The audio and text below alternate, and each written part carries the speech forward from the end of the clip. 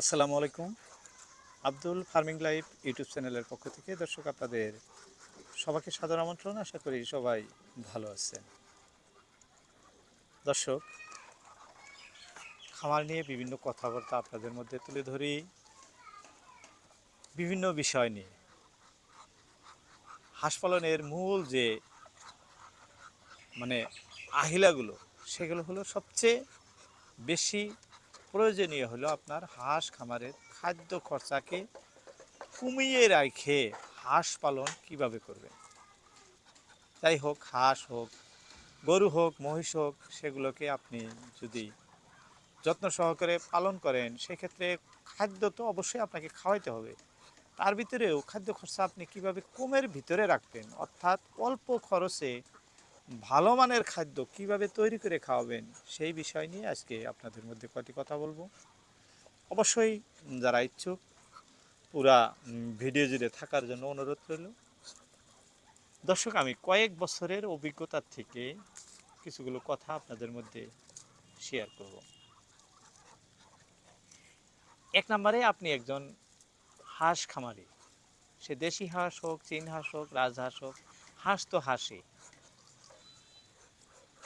তবে আপনার খাদ্য খরচা কমানোর জন্য এক নম্বরে যে প্রয়োজনীয় টিপসটি হলো সেটি খোলামেলা হাঁস পালন করা। অর্থাৎ আপনার অ্যাভেলেবল জায়গা আছে চতুর্পাশ, হাওর, বিল বা পুকুর বা পুষ্করণী যাই বলেন, এভেলেবল আছে আপনার চতুর্পাশ, জলাশয় আছে বা ধানের মৌসুম, বিভিন্ন ধরনের প্রতি জায়গা আছে। এরকম যেনাদের আছে তামুল বাগান বা আম কাঁঠালের বাগান, এরকম যেনাদের আছে তেনাদের জন্য কিন্তু এই চীন হাঁস পালন করা সবচেয়ে বেশি লাভজনক। কারণ একটাই, এই হাঁস বিভিন্ন আবহাওয়ার সাথে খাপ খেয়ে থাকতে পারে, সে গরম হোক আর ঠান্ডা হোক।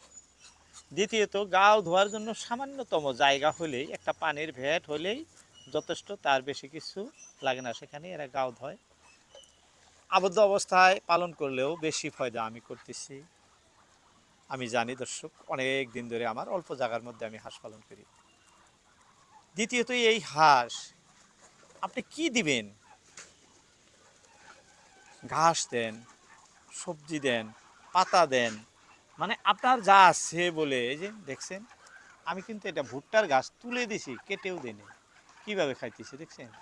খায়া প্রায় শেষ অবস্থায় এনে ফেললো। এই যেরকমভাবে ভুট্টার গাছ খেয়ে ফেলতেছে।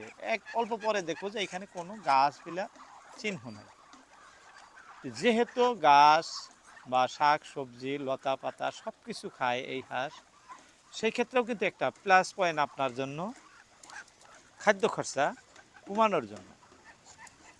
বিশেষ করে এই হাঁস ডিমে আসতে অনেক সময় লাগে, 6 থেকে 7 মাস। এই দীর্ঘ সময় পালন করার জন্য এগুলো সস্তায় আপনি যদি খাদ্য বানিয়ে হাঁসকে দেখাশোনা করেন বা খাওয়াইতে পারেন, সেই ক্ষেত্রে কিন্তু আপনার খাদ্য খরচা কম লাগবে। 3 নম্বরে হলো আপনার হাঁসের খাদ্য অল্প খরচায় আপনি কিভাবে তৈরি করবেন, আপনার পার্শ্ববর্তী কি আছে, এই বিষয়ে যদি আপনার জানা থাকে যে আমার চতুর্পাশ শাক সবজি তো আছেই, আর লতা পাতা ঘাস সব কিছু আছে, শামুক ঝিনুক আছে, এগুলো যদি আসে তাহলে তো আর আপনার কোনো সমস্যাই নেই, সেখান থেকে আপনি খরচা কমাইতে পারবেন। আর যদি নাই, সেই ক্ষেত্রে বিকল্প আপনি কি করতে পারেন? তেমন কিছু কিছু নাই, আমার মতো আপনি আবদ্ধ অবস্থায় হাঁস পালন করবেন, এটাই আপনার আশা, বা এই আশা করি আপনি হাঁস পালন ইতিমধ্যেই হয়তো বা শুরু করে দিচ্ছেন। তাহলে আপনার করণীয় কি? আপনার জন্য একটি প্লাস পয়েন্ট, আপনি বাজারে কিছুগুলো মিশ্রিত ধান পাওয়া যায়, যেগুলো হয়তো খাওয়ার জন্য মানুষ কিনে না। বিভিন্ন ছোট বড় বা পাথর থাকা বা বিভিন্ন প্রকারের কম দামি ধান পাবেন, গম পাবেন। ওরকম ধরনের কিছুগুলা মিলের ফ্যাক্টরিতে, যেখানে গম ভাঙিয়ে আটা তৈরি করা হয়, সেখানে টুকটাক গমের ভুসি এভেলেবল পাওয়া যায়, কম দামে পাওয়া যায়।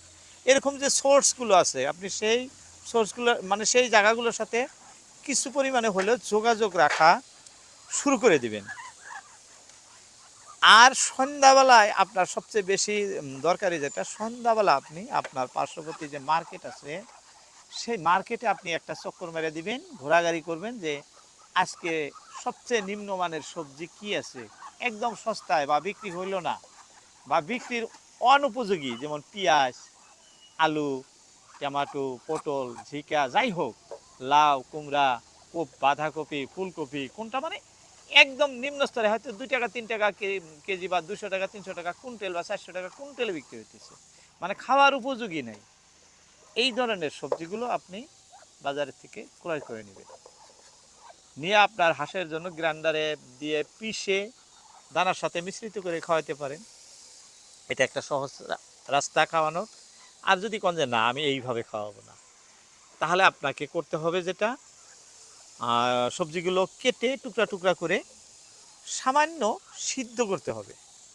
কাঁচা সবজিগুলো সিদ্ধ করে খাওয়ালে কি হয়, পুষ্টিগুণ ভালো হয়।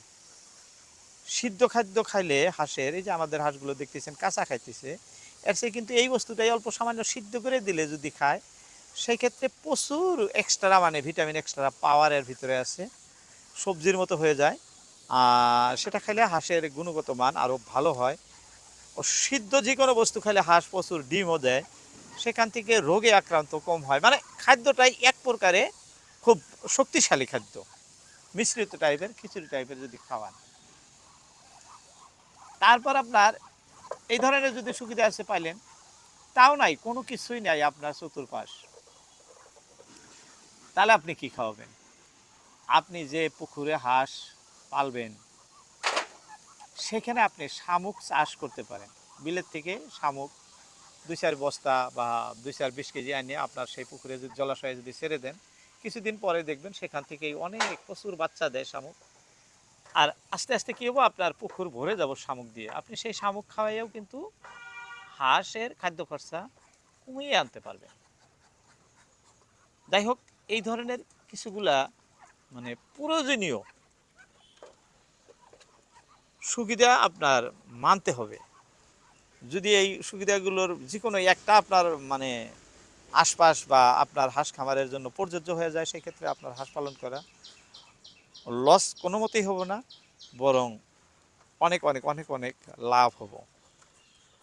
এই কথাগুলোই হাঁস পালন করার মানে লাভের যে উৎস ধরে নিতে পারেন। হাঁস পালন করতে কিছুগুলো ফ্রি খাদ্য বানিয়ে খাওয়ার চেষ্টা করতে হয়, যদি করা যায় বা আশপাশ থাকে, সেক্ষেত্রে কিন্তু অধিক লাভ হয়ে থাকে এই হাঁস পালন থেকে। যাই হোক, আজকে আর নয়, কথা হবে আবার অন্য কোনো ভিডিওতে। আসসালামু আলাইকুম।